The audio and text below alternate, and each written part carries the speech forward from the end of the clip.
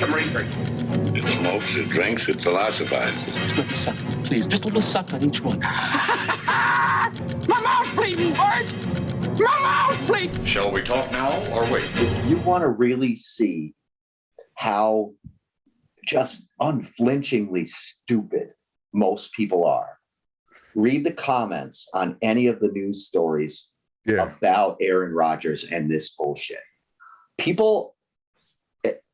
And from both sides, though. I mean, I hate the side shit because everything's on a continuum, but it's mostly people on sides who have entrenched themselves who are chattering like that on YouTube. Most of us just read the shit and laugh at how fucking stupid they all are, like you said.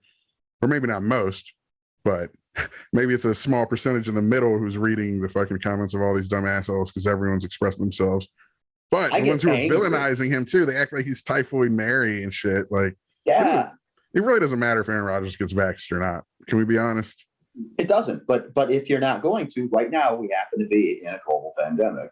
So you need to follow the protocols that the company that you work for has set in place. No one's telling you what to do in your personal life. Fuck all the actresses you want. Right. Make shitty commercials. Try to be a game show host. He didn't want to wear the mask. You work for the fucking NFL. And under that, you work for the Green Bay Packers organization, both of which have rules in place. And what it sounds like happened is the Packers didn't enforce it because they were afraid he would leave. Yeah, and it's old Allen Iverson. Practice? We're talking about practice? It's a star picking and choosing which rules apply to him because they're stupid or not. Right. They tickled his balls for a year, begging him. Mm-hmm. And he finally does. He's like, okay, here's what we're going to do. He's kind of a bitch. Aaron Rodgers. He's a total His whole bitch. Contract thing, making it all public and shit. Like, fuck him. He is a bitch. I mean, he's an awesome fucking athlete. And I love the fact that he looks like some dirty fucking trailer trash nowadays, which is awesome. He looks disgusting. It's great. The last game, Sunday's game against Kansas City. With Jordan Love in there. Whew. All I wanted in the world was for Jordan Love to just be amazing. Yeah, me too. I was hoping he would like Brady to Rodgers Bledsoe, where he's just fucking takes off the rest of his career. And basically, Aaron Rodgers got so butthurt when they drafted this guy because he thought what was happening to Brett Favre when he was drafted was happening to him, which is fucking hilarious and ironic in its own right. The lack of self-awareness. Yeah. It's like you sat for 3 years. Maybe Jordan Love will sit for 3 years. Chill out, bitch. It's another proof that he's bitch, you know, for lack of a better term. And it's actually a great term. Yeah, this whole prima donna thing where he gets in his feelings or whatever, feeling threatened by Jordan Love. You created this whole situation, dude. This whole holdout and everything. It's insane. Yeah. And then forcing just go be better. Forcing them to dust off Randall Cobb, who barely gets used. He barely gets the whole ball. thing is weird. That was like his way to feel like he won. Yeah. That was like a concession they made. And I want Randall Cobb back. Shut up. I mean, I love Randall Cobb. He was my friend. He's back, but use him. I don't even give a shit about the Packers, and I really don't even give a shit about football that much anymore. But since my team became the Washington football team, which we can talk about too. Do you know that the Redskins' iconic insignia was created by an American Indian? Wow. And that they consulted tribes when they named the team that? And it was cool. Wow. Right. Wow. Like so you're basically saying your grandparents were stupid punks and they weren't getting it like you get it now. Right. But I mean, think about the times and back then when the Redskins were named and everything, it was not offensive and not shitty to call black people colored. Right. So well, it's kind of like calling them Redskins, black, right? The Washington Redskins, if you would have it, that's like having the Detroit Negroes. You know, I get that. I get that. Like terminology changes. I have no problem with them changing the name. No, I really don't give a shit about tradition or any of that kind of stuff. I honestly could care less. I do miss the insignia just because as a kid, for me, it was cool looking. Was cool and honorable badass. And stoic and respectable and shit. You know what I mean? Formidable. Right. But that's what I mean. Like if they were called like the Chiefs. Yeah. That's a complimentary. Yeah. Sort of a name. And the prevailing notion that redskin was an insult, but it was kind of like, was it, or was it like black? I don't know if it equated to the N-word is what I'm saying. People act like redskin was thrown around like the N-word and had the same connotation. I don't know that it did. Watch an old Western. Watch a John Wayne movie. Yeah, but it's not much different though than saying those damn blacks, which is not good, but it's not the N-word. Right, but black people refer to themselves as black. Right. Well, the red man, do they call themselves the red man sometimes? I've seen it in movies. I don't know if they really historically did or not. Probably not, because they were the original people here. You don't have to call yourself anything special when a bunch of fucking pale-skinned motherfuckers come and start taking your shit. They're the ones who are different. Well, it's when they have those conversations, I mean. Like, say a great chief sits down with these fucking white losers with their fucking infected blankets and shit, and they're talking. He might say, you as the white man appear to think this, but we as the red man appear to think this. You know what I mean? Because there was no connotation then. It was just identifiers. Yeah. You know? But that's what it's evolved to. Right. That's the issue, is the identifier. So yeah, the Redskins would be like the darkies. That's the question. Was it, how much of a pejorative was it or not? Right. I don't know, because they've even done recent polling in the last 10 years or whatever, where it's still a vocal minority. It's like 10% of American Indians don't like it. And that's enough. That's enough to sway the tide. That's what's crazy about nowadays, is that vocal minorities run shit, essentially, in all factors of life, you know?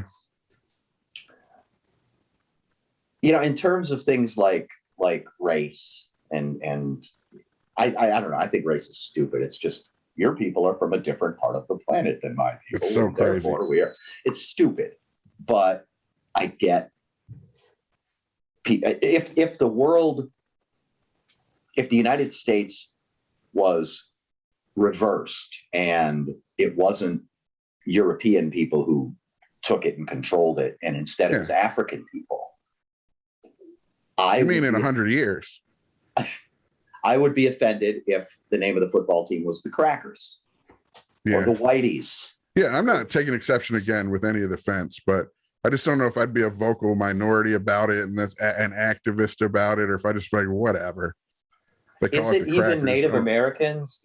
Native Americans. I read recently that it's American Indian now. It's the preferred nomenclature, dude. So. Okay. All right. Because I not all Native people were quote unquote Indians and shit. You know, whatever. The fact that we have these discussions is a good thing, but it's, to me, everyone's going about it in such a crazy way. They're not discussions. It's a fucking war. People turned it into this culture war when all it has to be is some great discussions where we get to the bottom of shit and figure out how to move forward. Yeah. Yeah. I think a lot of the morons who, like in news stories about race or the Kyle Rittenhouse trial or whatever, those people, it's hilarious. Oh my God, Kyle, can I just go off on this little road? Please do. For a second. Okay. One of my favorite things to do right now is read the comments on coverage of the Kyle Rittenhouse trial, because it's fascinating to me, and all I can think about is the OJ trial, when every black person you ran into said he was innocent. All these Trump types, every Republican for the most part, but maybe all these Republicans, all instantly jumped on Kyle. It's exactly the same thing, and they don't even see it. But that's with any issue. They don't even see that they're doing it. Like this kid, I don't want to go over the facts of the case. Prior to the Rittenhouse shit, what started it all was the Jacob Blake shooting. Yeah. And they immediately all had their mind made up about that. I remember we had that Colby fuck on our podcast. And he was like, Jacob Blake had a knife and he was about to stab the kids and shit. Why would he stab the This kids? is like days after the whole thing, mind you. That he had all these, it's alternative facts shit. Like everyone, because the media pushes these different facts. And he did have a knife. That turned out to be true. Mm-hmm. But was he about to stab the kids with it and shit? Was he? But here's the funny thing: in the liberal side, you didn't even hear he had a knife for days, for weeks. It was like they were hiding that fact. Right. They wanted it to be an unarmed man that got shot by the cops. Yep. Yeah. Yet on the conservative media side, they're like, he had a knife. He was going to kill everybody. It was a righteous killing and shit. You know, it's like, does anyone give a fuck about the truth?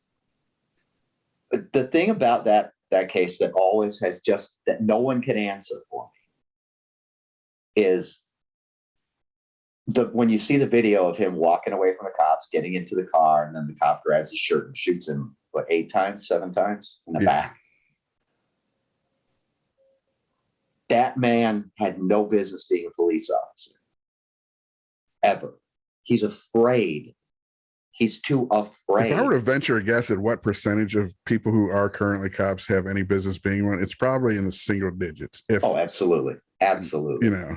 Yeah. Yeah.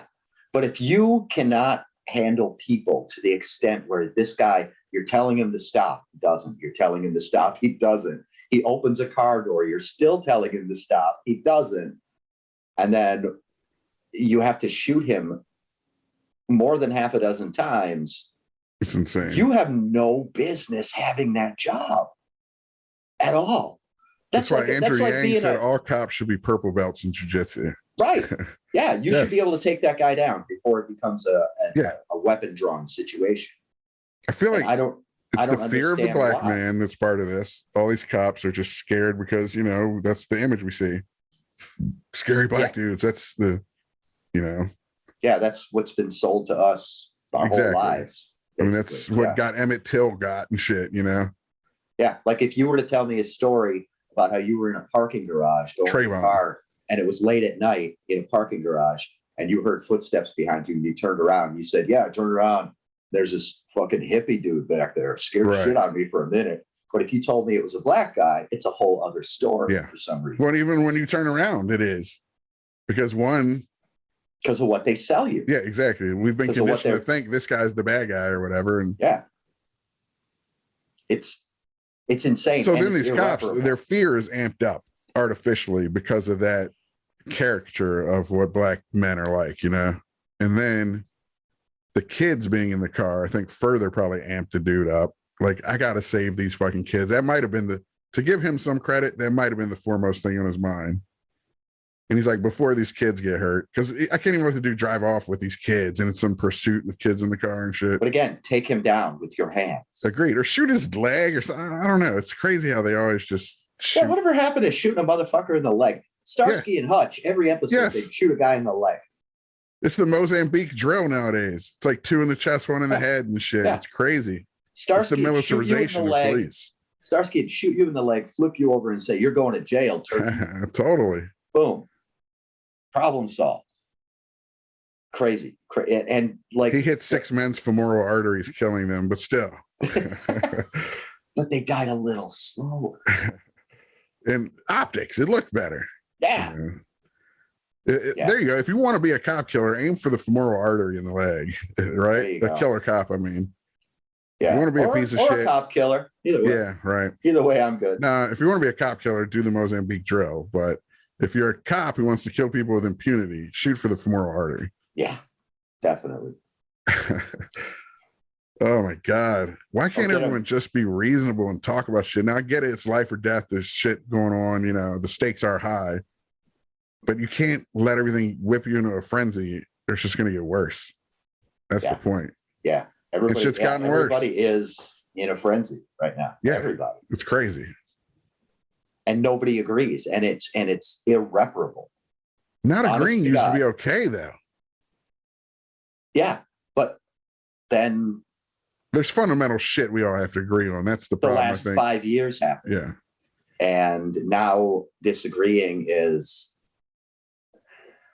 I swear to God, I promise this is true. And I hope that this podcast somehow is findable in 100 years. Yeah, we should time capsule these. Chris and I were talking about geocaching them too. You know what that shit is? Where people hiding them around places. Yeah, with their GPS scavenger hunts. Yeah, and they find something, but they don't know what it is. It could be a paper clip. It could be an old baseball card, whatever. It's this shit.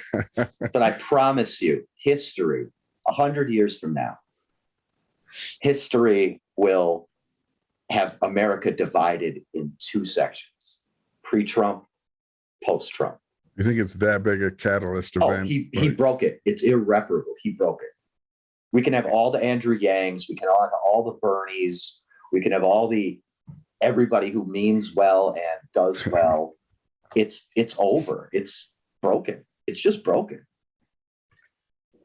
The question is, did he break it, or is he just a symptom that it was broken? He was like, not even the straw on the camel's back that broke it, but just the first big piece of forensic evidence that it was broken. I think what he did was, okay, you know how if something is cracked, let's take a coffee cup and it's cracked, right? Uh-huh. You have two choices. You can repair it right away when that little hairline crack shows up, or you can keep using it, keep slamming it down on the table, and it's just going to shatter. What he did was, let's rewind a little bit farther to when Obama was elected. Yep. And he started birther shit and everything. He started birther shit. And the Tea Party came along and he tapped into that. I don't believe Donald Trump is a racist. I believe he's P.T. Barnum. He's a bunch of ignorant motherfuckers. He's the guy who created chiropractic. He saw a bunch of ignorant people who could not cope with a black dude being president. I can't believe one of them got in there. But that's what I'm saying. He's not the mechanism. He capitalized on it. But he is at the same time. Because there's always been racism. There's always been shitty people. But a black guy becomes president. Some people freak out. He targets. He sees a market. People. Yeah, exactly. All he was doing was filling a void and shit. Yeah. There's a racist born every minute. And he scooped him up and brought him into his little circus. But they're not all racist. Never going to be the same. Yes, they are. Yes, they are. Well, they are. Okay. Yes, they are. I mean, everybody is to a degree, you could argue, but let's address that, because I'm so fucking sick of everybody, of all these people who are Trump people who say, well, I support his economic policy. Wait. Let me back up. What I'm saying is people who voted for him, everyone who went that day and cast a vote is not necessarily racist. One. Yes, they are. Yes, they are. Yes, they are. Yes, they are. Well, you got to look at what he did and said pre-election versus what he did and said after the election to make that case, for one thing. And there was some, because of course people on the left were calling him a racist prior to. Dude, but what I think is, I think there are certain issues, like take abortion. There are some religious conservatives on the right who abortion is the issue, and they will look past anything, even racism. Now, you could argue that makes them a racist because they're not a warrior against racism, but I'm saying that's not a motivating factor for them. It's something they look past and maybe turn their nose up at, but he's going to be the one to stop babies from being killed or whatever. You can't paint with that broad brush and just say everybody was motivated by racism. Negligent racism is racist. Yeah. If that's how we're defining it, then I'll give it to you. Okay. Let's talk about us for a second.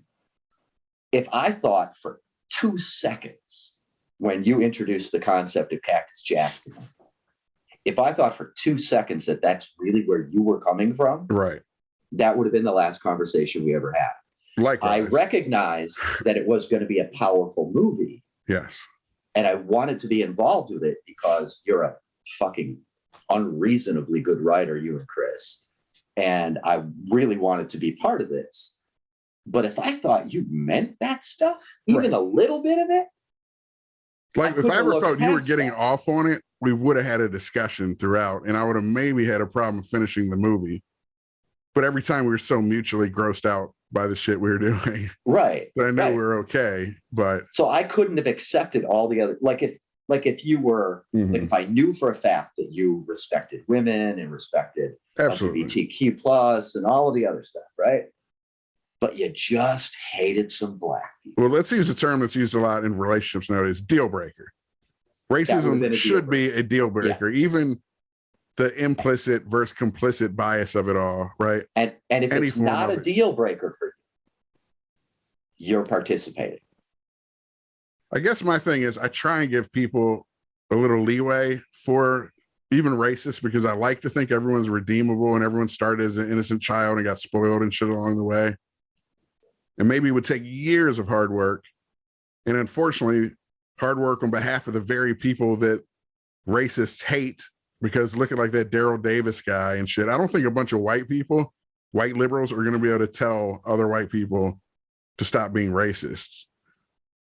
I don't think they try. But it's going to be, unfortunately, the onus on the people that are hated to, it's one of the most unfortunate things ever in humanity, that the thing that really does seem to work, like that guy, Daryl Davis, who deprogrammed 20 Klans members and has their robes that they gave to him when they denounced slavery or racism, because he showed them the humanity. And you know what I mean? He broke down the otherness and showed, but it took his effort. And I don't expect any black person to want to do that. I'm not saying they have to either. We're otherwise going to probably have to live with racism. But at the same time, I have a hard time just napalming motherfuckers as if they woke up this morning and made this decision to fucking hate people of color. It's like all programming and shit. You know what I mean? So you want to have accountability, but at the same time, we got to recognize the fact that all of us, I mean, we can get to a free will discussion, but all of us are acting on inputs, and we're almost not at fault for the things we do. The way you have to reasonably look at it is, say, society, in terms of social contract, has to have things we will not tolerate. But when it comes to being punitive with people, motherfuckers really aren't in control of themselves. This is getting philosophical, but I like it. So what do you do with that? It's so easy. The path of least resistance is, he's evil, he's bad, fuck him, burn him, get him out of here.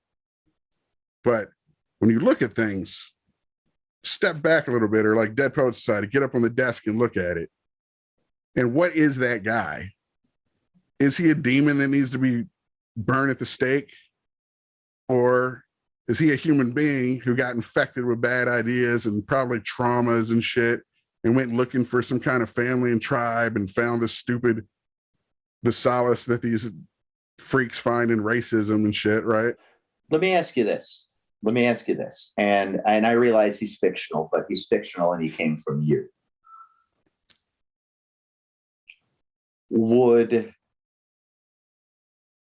Spoiler, but after Jack murders his mother in Cactus Jack,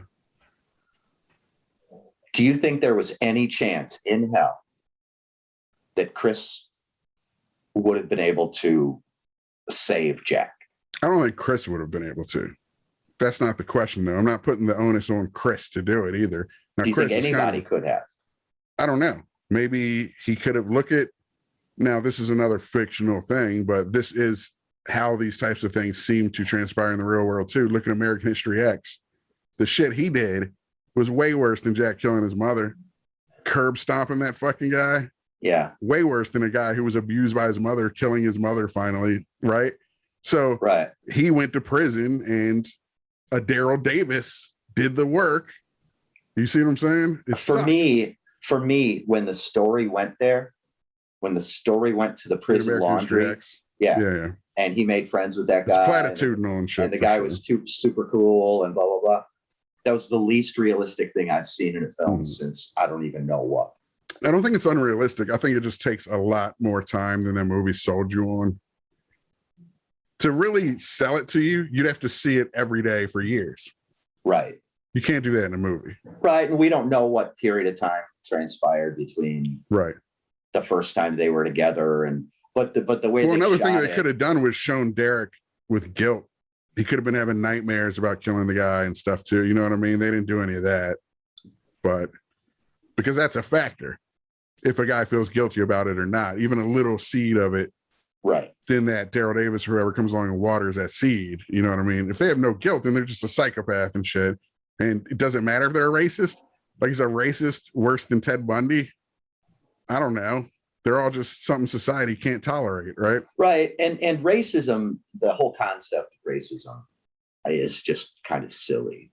Not because everyone's the same and all of that, because we're not. Culturally, fucking Swedish people will tell Polish jokes. Everyone tells Polish jokes. Yeah, my dad, again, going back to my father, when I was growing up, my dad made fun of everyone who wasn't Norwegian. Right. Everyone else was an idiot. That's racist. But because the melanin is the same, somehow it's okay for a Norwegian to say shitty things about a Polish person because their skin looks the same. The Poland is a special one. The only difference between African Americans and European Americans is the part of the globe that we're from. So it's so weird hearing you say this just because you sound like Jack doing it, but you're saying like the opposite shit. It's like the only difference. The only difference between a Swede and a Polak. Yeah. But racism is, I hate the word, but otherness or suspicion of people who are different from you in whatever way is why there are borders to countries. It's why Germany isn't Austria. It's why, and like Germans will look down on an Austrian and an Austrian will look down. You know what I mean? And it doesn't have to be melanin so much. I mean, but in this country, the focus is on melanin. Right. And had this country been stolen and settled by people with brown skin, we'd be getting shot by the cops. Well, let me put it this way, though. Because power corrupts. The otherness does trump racism and shit, because racism's a specific form of the otherness. Example, if this didn't become a melting pot, say the fucking Protestant losers who thought religion wasn't fucking punitive and authoritative enough in their country and came here to be more puritanical. Say when they got here, no one was here, right? And it didn't even become this melting pot because they were like fucking purists and they didn't want people from the outside coming in and they fought people off or whatever. Wanted to do their own work. Eventually, it would be what you saw in the UK with Protestants versus Catholics. This is what I'm saying. The racism is like the path of least resistance, because you think evolutionary biology terms, the ultimate imperative is not just survive, but actually pass on your fucking DNA, survive in order to pass on your DNA. The best way to optimize your chances of survival in the natural world is to be scared of everything, right? Yeah. So that's our default setting, is scared of everything. And then when you start to see things that don't look like you're more inclined to be scared of that thing. Right. But it gets really weird when it gets to like the Protestant versus the Catholic thing, because that tells me all those paths of least resistance were taken away. We still got to find an outlet for that fucking aspect of our humanity that's like, kill before I'm killed. You know what I mean? Exactly. Hey, Jay. Yeah. Let's cut right here for a second. I have to pee so bad I can't stand. That's cool. I think I exhausted that subject anyway.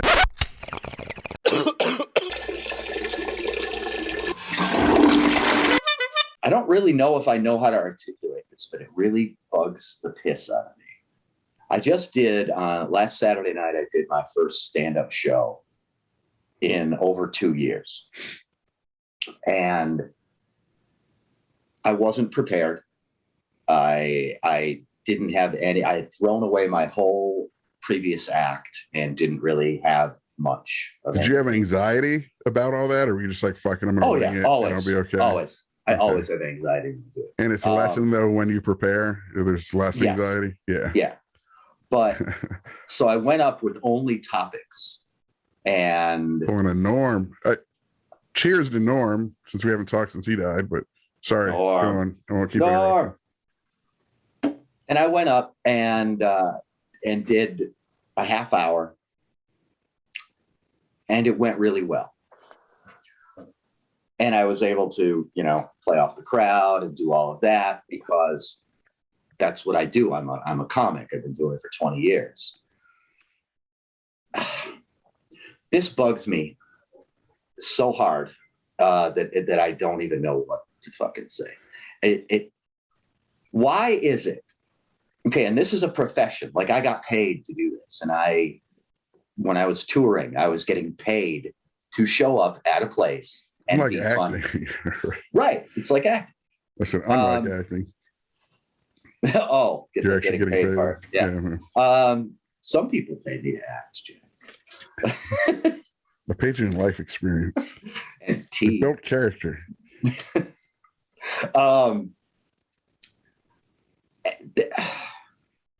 Why is it that comedian is the only profession where when civilians, just normal people, aren't good at it, like in life, it's an insult?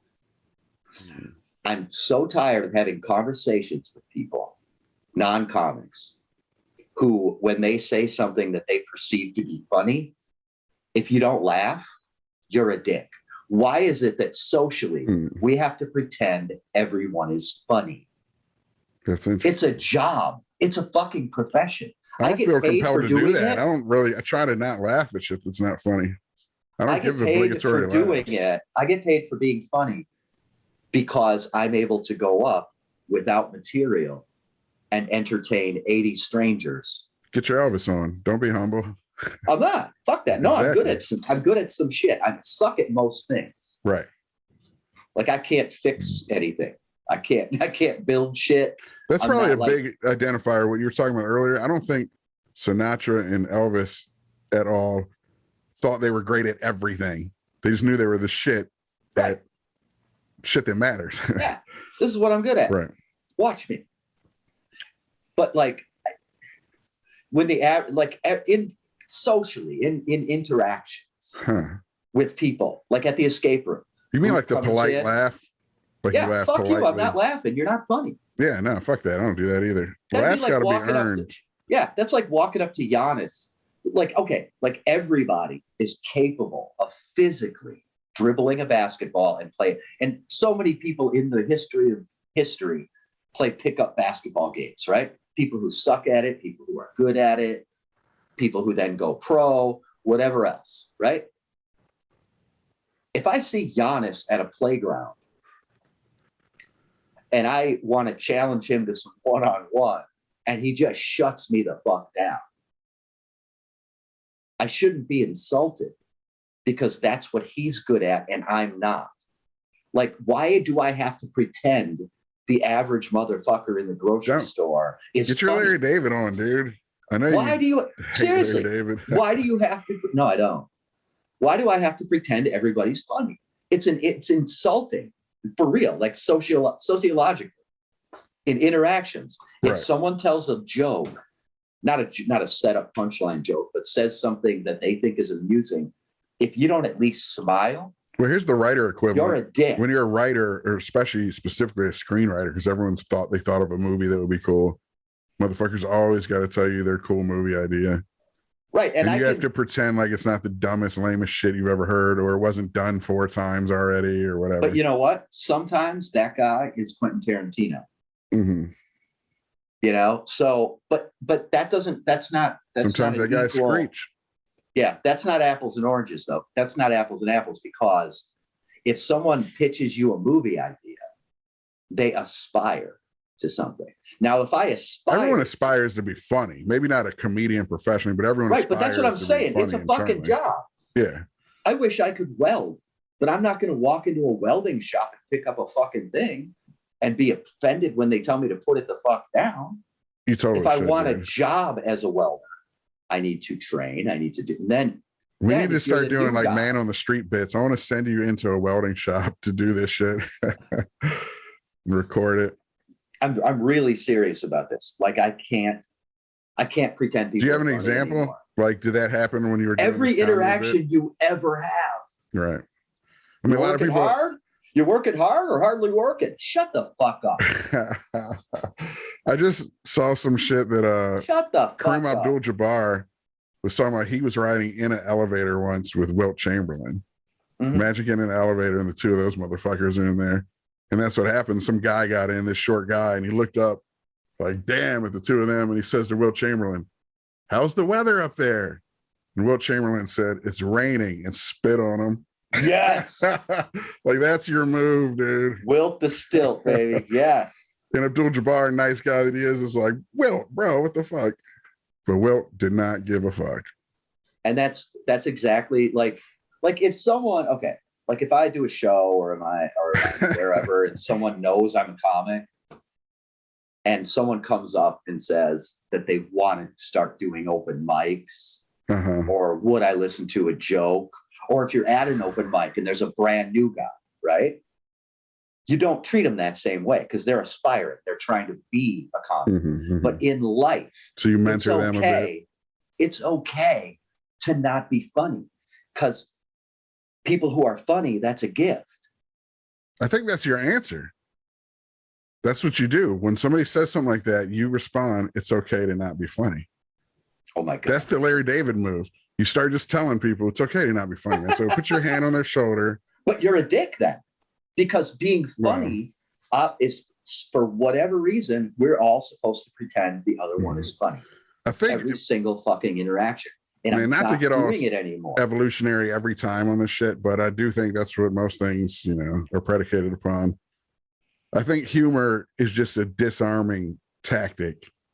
So basically, even feeble attempts at it is somebody essentially, it could be their ego, narcissism, laugh at me, ha ha ha. But deep down, on a more evolutionary basis, even beyond the ego, it could be them just saying, I come in peace or whatever. Now, I don't think that's necessarily true because I think most people, when they do it, their egos are run amok and shit, and they're out looking for validation from you or whatever, but they're not funny. Don't give it to them. Look for validation with something you're good at. Yeah. Just tell them not everybody's funny. It's okay. It's not my job. I'm gonna start doing that shit. To pretend motherfuckers are funny. I'm sick of it. I'm sick of it. I mean, you just publicly proclaimed it. So it's, just start making it more intimate. Have that response when they do it. I would if I were you, for sure. I tell people that like the average person, mythic. Like the average person at the escape room, right? We got that 80s room and there's music playing. We'll have people who will be singing along to like 8675309. And if they can't sing, if they are a shitty singer, I'll get on the mic and I'll say, I need you to stop singing now. Do you tell them it's because they suck? And they'll laugh because I'm funny. Yes. But that's you disarming, being truthful. That's really where comedy's at its best. You disarm the person to inject them with a fucking dose of truth they need to hear, whether they like it or not, But if an unfunny person, and again, acknowledging that I'm funny is just like acknowledging that I'm bald. It's some people are funny, some people aren't. They just are. Some people are tall, some people aren't. Most people happen to not be funny, which is why Dave Chappelle has a cajillion dollars. Yeah, I was gonna say that's why you can make so much money doing it if you're actually good at it. Right. If everybody could do it, no one would pay anyone to do it. Right. The company Christmas party would just be everybody being funny, and they wouldn't have to hire entertainment. Dancing's another funny one. Could you imagine being a professional dancer and going to some club and just watching everybody think they can dance and shit? And some white motherfucker walks up to you moonwalking and shit. I would push them down. If I was a professional dancer. That's what I'm getting at. Just trip motherfuckers, basically. I'll push your ass down. Again, I know you haven't watched Curb Your Enthusiasm unless you somehow did over the pandemic, but there's a classic episode where Larry's at some fucking his friend's house, Jeff Garland, I think it was his house, and some person's kid is doing a piano recital there. And this little girl is probably like 11 or 9 or whatever the fuck, playing her piano recital. And everyone's sitting there pretending it's fucking good. And halfway through it, Larry just starts going, that was great. Okay, that was a great job. Just fucking kills it, dude. He's just like, I'm not going to stand for this shit anymore. We can't all pretend that this is fucking decent. I feel like, and this is all, we're going back in a circle now, bringing it back around. I feel like every societal problem we have stems from people having to pretend other people are funny. By pretending, now think about it. I feel like you're building a great bit here, possibly. Think about it for a second. If your son, who from the stuff you share, seems like he's genuinely funny, but if your son was not funny, it's right? Unintentional sometimes, though. You know, if you didn't laugh at the times when he wasn't funny, I think you do it. I think pretending kids are funny when they're not. I don't know. I think that creates the people who then are entitled to things. You're talking participation trophies, man. That's essentially what it is. Everyone's getting the like. But it's beyond that. It's not the millennial participation trophy. No. I'm saying metaphorically. It's like been happening for centuries. Yes. We've been having to pretend motherfuckers are funny, and I'm done. I'm fucking. The trophy done. is like a physical embodiment of what you're talking about. Yeah. Though. That's it's taken to its insane modern day conclusion. But the instinct is to placate the untalented, essentially, or whatever. You know what I mean? Funny thing. Yeah, funny specifically. Is the only profession where it's an insult to not pretend the person is good at it. Like at karaoke, part of 90% of the entertainment value of karaoke is that knowingly bad singers go up drunk. It's an act of courage or bravado. Right. Yeah. But just socially, there's no show happening. We're at a store. We're in line at the grocery store. And I turn to the guy behind me and I say something funny that's actually funny.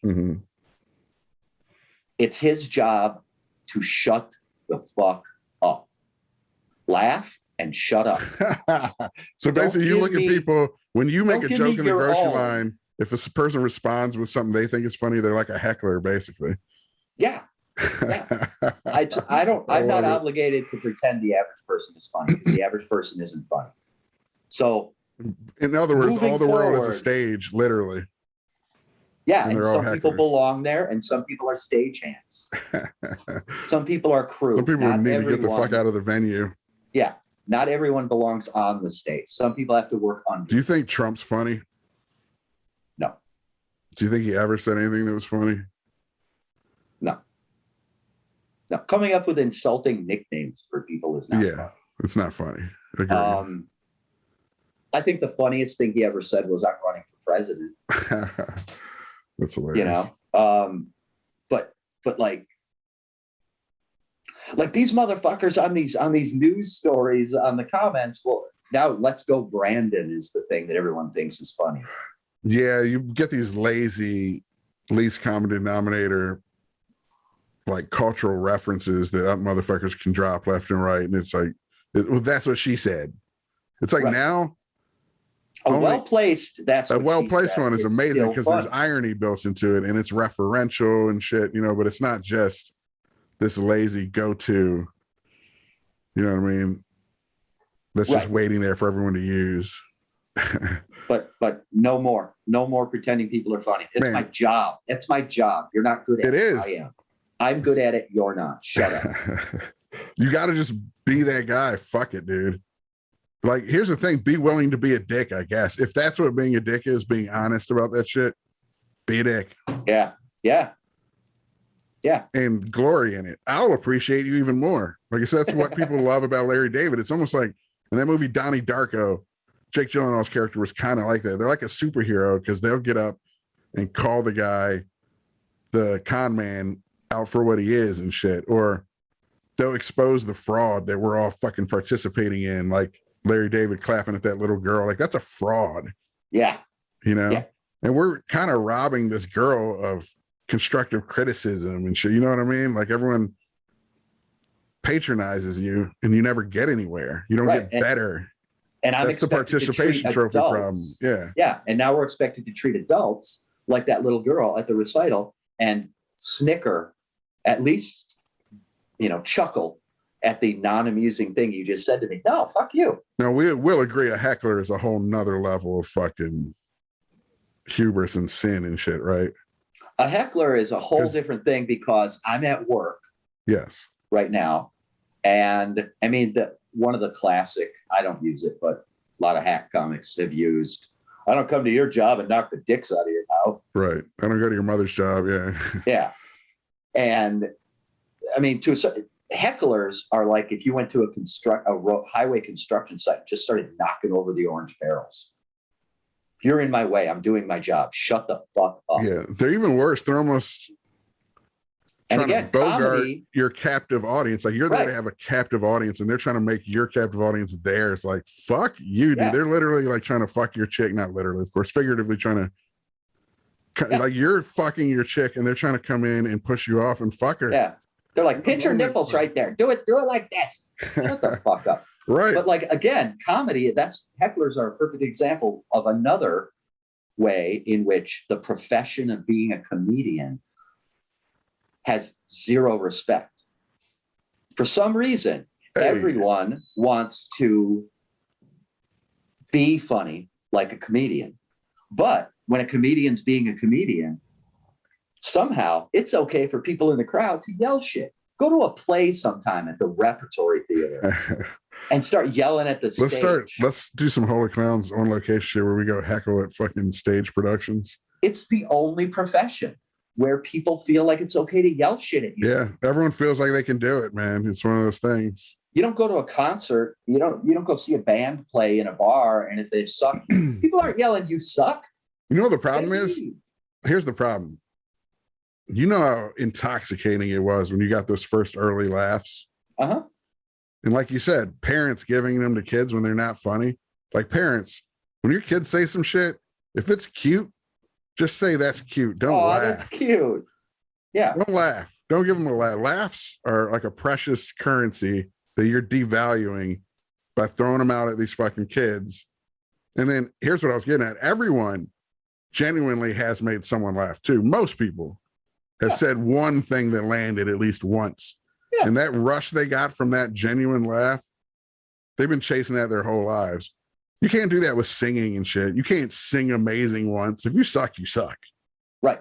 There's no stumbling upon success and shit, you know? So I think that's a factor too. And this being the only industry you say where that's a factor, because it's the one that you can sometimes get right. You can't accidentally hit a home run and shit, you know what I mean? Or even be good enough to get up there and do it. But you can with a laugh. It's one of the most,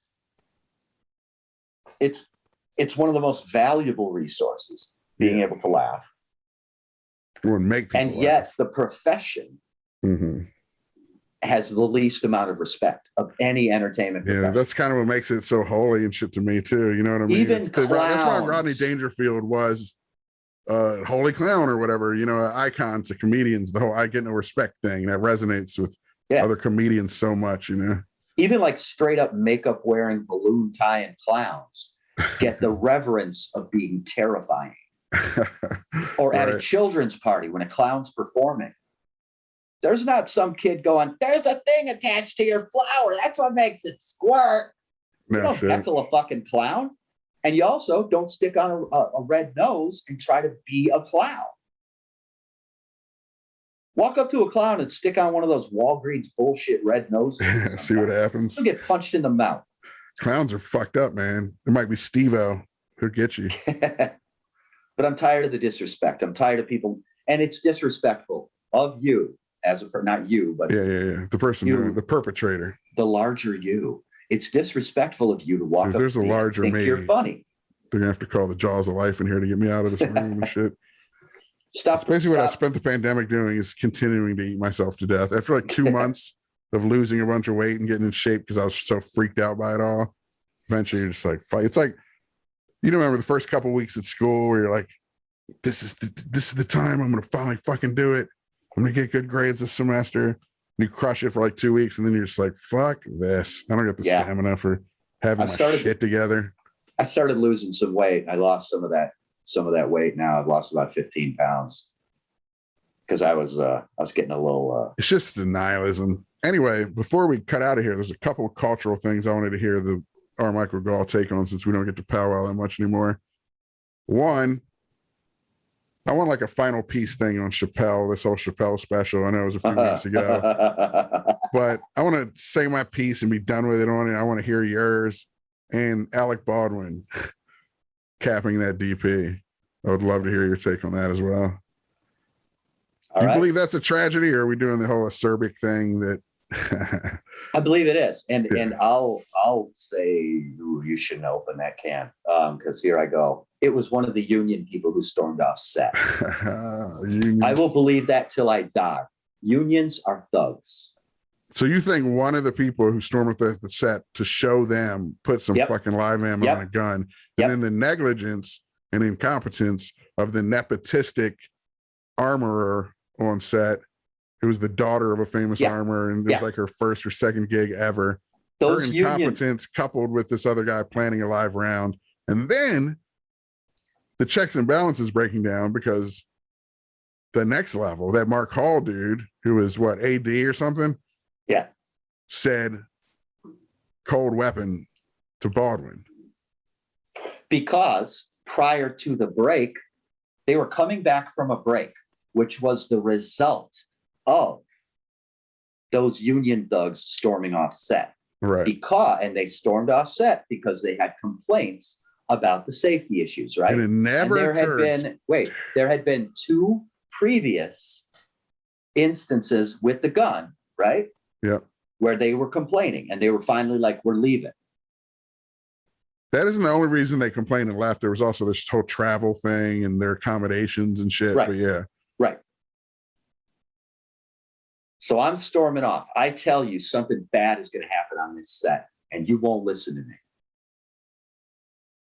You got that rickety ass stairway coming from your basement up to the main floor, right? Okay. If during the shooting of Cactus Jack, I had, from going up and down the stairs, I had said, dude, you got to tighten this railing. Something's going to happen. And then Anthony Happel came back and you were like, fuck you. And then all of a sudden I come over the next day and the railing comes off in my hand. You would be completely justified thinking this motherfucker loosened that so he would prove a point. See, I'm not that paranoid. I think, shit, I should have listened to him. He was right. And now I fucked up. And what a coincidence that right after that, I fell down the stairs. No, but here's a better analogy, though. Put that in the gun. The analogy is there was some crew member that I fucking didn't feel appreciated. That Anthony Happel motherfucker who was in our movie. Come on, Anthony. I implore you, come on here one day. He won't. He's a bitch. Say your piece, bitch. Anyway. Bitch. It's like he felt underappreciated. He overheard the conversation. He came back and loosened the railing. It's not you did it. That I might buy more. And that's probably more analogous to what you're saying happened. But the idea then, it's the negligence and incompetence of these motherfuckers who pencil whipped it. When I was in the military, that was a term we used. I don't know if that's a common thing, maybe. Pencil whipping. We had preventative maintenance. So every shift I took, I had to go in. I had to check gauges, check this and that. The motherfuckers just pencil whip it. No, it's good because it's good every day. Fuck it, I'm not checking it. I don't feel like it. Pencil whip is signing off on something. It's signing off on some shit without really checking it. That's essentially the armorer chick and the AD guy pencil whipped that shit. They didn't check it. They thought it was good because when they all left set and the production shut down because the union guys walked out, last we all checked, the guns were good. I don't need to check them again. Right. They never, for a million years, would have thought some union guy might come back. If that's what you're saying, this shit's a straight up Murder, She Wrote episode, which is fucking awesome. And the question is, dust for prints on that gun, I'm sure they would have wiped them off or whatever. But what union guy would have done this? Is there a murderer among the union guys? We should find out who. Are you familiar with unions at all? Yeah, go. Are you familiar with labor unions at all? Yes. It's the mob, Jimmy Hoffa. Yeah. Yeah. There's a reason that. Yeah, it's corrupt. It's unions are organized crime, man. It's trash. They have done nothing of value in 80 years. Now, you, of course, are one of those people who recognize the utility of unions in the early days of industrialization, the absolutely. Triangle Shirtwaist fires, et cetera, you know. Yep. Yeah. But you're saying in their current state, they have evolved into, because here's the thing, institutions inherently become corrupted. And unions have become institutions, right? That's what you're getting at, essentially. Yeah. Churches, everything that starts good becomes this corrupt entity eventually. The church is a great analogy for it. Because, they started out good. And then they started fingering little boys. So it's still good? What do you... What's perks? I don't know. I will forever believe that it was one of those union people that stormed off the set. That's fascinating. You heard it here first, folks. I haven't heard that anywhere. Shit I've heard. This is what I love about talking to you. It always results in some left field shit. That's not left field shit. It's I'm saying left field in the sense that no one's onto it yet. You're like a bloodhound. Right. And you're on this track that everyone else took the red herring and went this way and shit. A guy who comes from a long line of thieves, let's say, is at your house, right? And you're having a party. There's a bunch of people there. The guy who is in his core a thief is there, and he goes, "You should really lock your shit up, man. Someone might take that." And you ignore it. And later that night, your shit is gone. When you're cleaning up, guess who fucking took your shit? Dude, get this. I want to write a movie. It'd be amazing to cast Alec Baldwin, but that would never fucking happen, of course. But say Russell Crowe or some shit is playing some Alec Baldwin type in this fucking Western movie that they're making, and this all goes down, and he shoots the DP, and the rest of the movie is him trying to find out who the fuck put the gun in the bullet, like a mystery where no one else is on it. The cops are just like, whatever, But it's like, no, he somehow suspects a union guy or something. So then you got like what? It was a small production. There's probably like 6 guys. We have a pool of suspects. Yeah. If what you're saying is true, let's start looking at these guys. Yeah. Yeah. And no one who has a track record. Yeah. Let's do it. Let's crack the case on our podcast. Let's find out who these 6 dudes are or whatever. I'm telling you, everybody was negligent.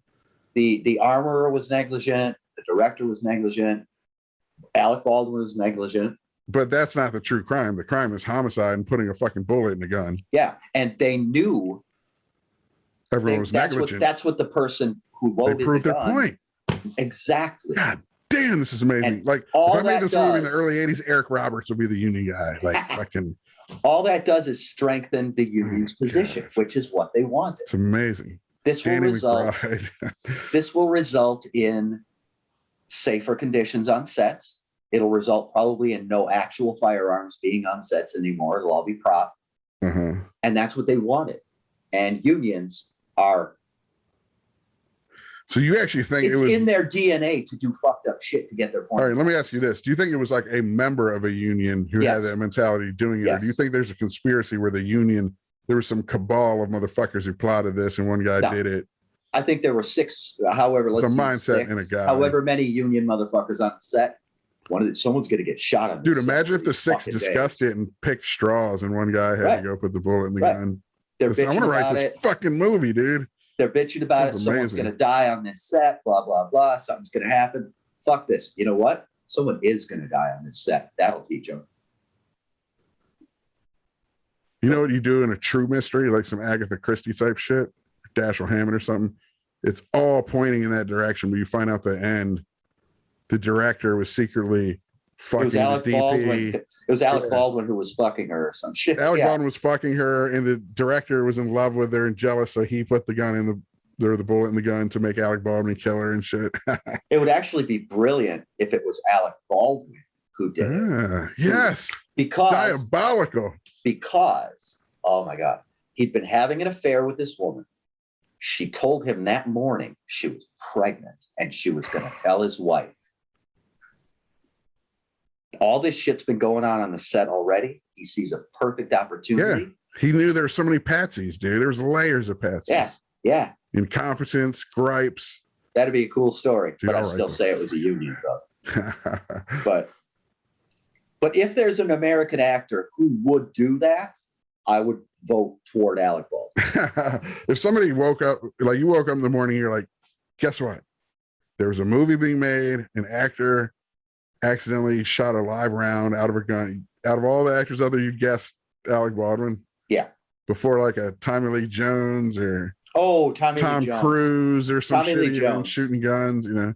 It could be Tom Cruise if like a gay lover was going to expose him. Tommy Jones is a good one, though, right? Tommy Jones might have just shot a motherfucker. Yeah, he wouldn't have even pretended he was sad. Yeah. Oh, you need to be. We need another DP. He accidentally shot her and then blew the smoke away and shit. But I, honest to God, believe it was one of those union people. Dude, I'm so glad I asked about the Alec Baldwin thing. This is amazing. The minute that story came out, the first thing that occurred to me was, oh my God, they fucking killed somebody to get a point. Fucking unions. You know what? It's so hard for me. I can't have a Susie Q because of unions, Jay.